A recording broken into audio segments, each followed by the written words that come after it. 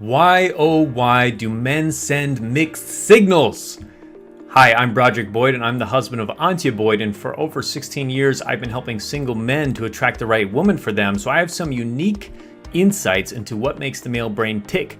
So stay tuned for that and go ahead and like, comment, and subscribe to this video as well for more great content like this coming up very soon. So let's go ahead and dive right in. So reason number one why men send mixed signals is for options. Options. So when a man is sending mixed signals, that is showing that he's keeping his options open. He's keeping his options open by not being so clear with you that he just wants a relationship, or that he just wants to be like a player, or that he's a certain way. When somebody is keeping their options open, they're avoiding committing so that they can have different ways of being with other women, with you in the future. They don't want to commit to one way. So that's a big reason why men will send mixed signals, because they don't want you to see them as one way, because then they're afraid you'll put them in that category and that's it. Then you're just going to be in a relationship or break up. But when he has that option of being, maybe it's a relationship, maybe it's not, now you're in that gray zone where he has time to maybe explore how he really feels about the relationship, or maybe he's dating some other women, maybe he has something else going on, maybe he wants to put you on the back burner while he's pursuing his career or pursuing something else with another woman, or seeing if the grass is greener somewhere else, who knows. But if a man is sending mixed signals, and again, this could be unconscious, I'm not saying this is all consciously done, it could be to try to keep those options open and avoid being stuck with one way of being with you. Reason number two is control. Control. So oftentimes men will use mixed signals unconsciously or consciously to try to control you, to try to influence you, to try to get you to be or do what he would like. I mean, we all do this as humans. Children are really good at doing this. So this isn't anything necessarily that men only do. None of these are.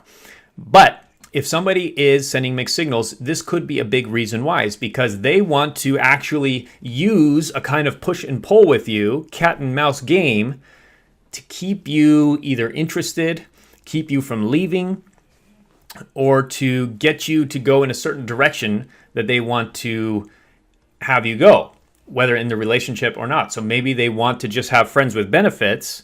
So again, they can be using this kind of mixed signals of maybe he's this way or maybe he's not, to get you to want to do that as well, to want to not commit. So he may actually give you signals that he's more of a playboy, that he's more of a player, so that you don't actually see him as boyfriend material, because he doesn't actually want to be a boyfriend or a husband. He wants to be fun guy.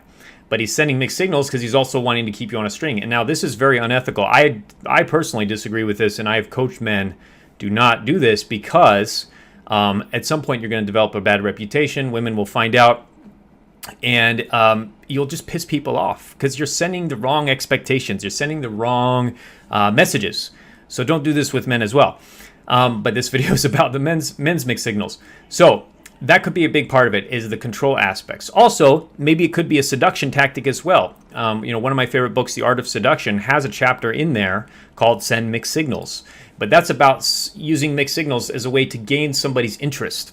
So, for example, showing sides of you where you're maybe more of a religious person, but then showing other side of you where maybe you're more of like a naughty person, or like you maybe have certain rules that you don't follow, and maybe it's sexual, or maybe it's in other ways. And so, but it can create a sense of interest.